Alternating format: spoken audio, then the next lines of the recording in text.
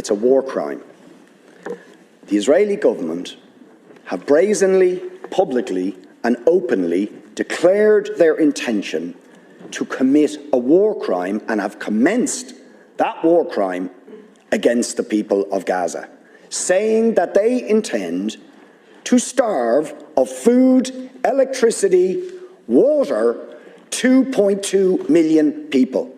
That is a war crime under the 4th Geneva Convention. They are raining down thousands of the most sophisticated missiles known to humanity onto the most densely populated area in the world, carrying the certainty that almost every missile will incur civilian casualties, will and are destroying the infrastructure, the water infrastructure, the energy, making Gaza uninhabitable. And using, in very credible reports, as they did in the past, chemical weapons, white phosphorus, being used by Israel. And you try to suggest there is some symmetry, some equivalence between the actions of Hamas and what Israel has been doing to the Palestinians for decades. Will you admit that the terrible loss of life and escalation of violence that we have seen in the last few days is simply a continuation of the crimes against humanity, the war crimes of the state of Israel against the people of Palestine? And it's not me saying this.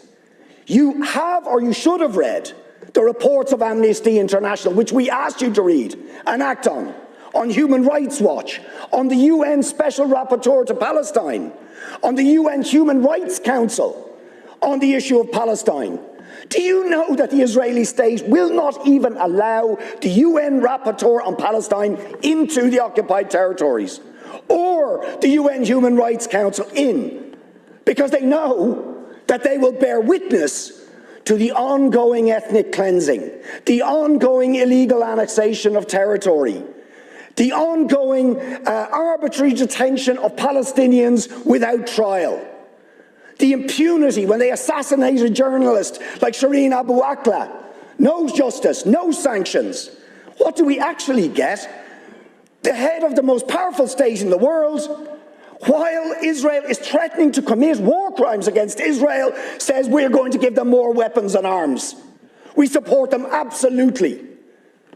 So will you admit that the ultimate responsibility for the terrible, and every single loss of life is terrible, but is the failure of the United States, of the European Union, of the Western powers to hold to account Israel for ongoing, decades-long ethnic cleansing, war crimes, crimes against humanity, the denial of the most basic rights to the Palestinian people?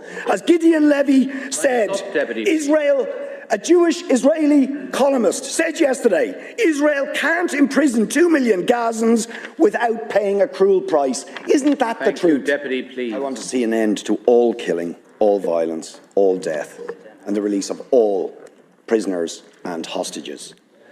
But, you see, the problem here is that I do not believe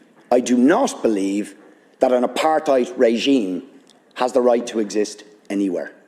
I do not believe that a regime that engages in ongoing, daily, weekly, monthly, ethnic cleansing of another group of people based on their race or ethnicity, which is what Israel is doing, has the right to perpetrate those crimes.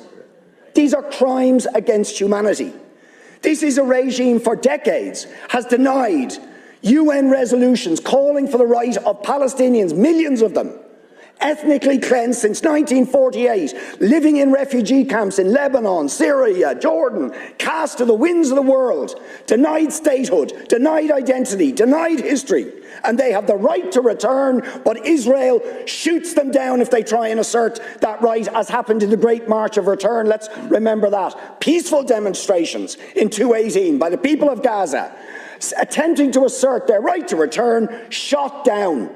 The UN at the time called for investigations on that episode for war crimes and crimes against humanity. Will you call for sanctions against the apartheid regime of Israel? Will you call for the European Union and the United States to stop arming that regime to commit war crimes and crimes against humanity? Of course you won't. Of course you won't.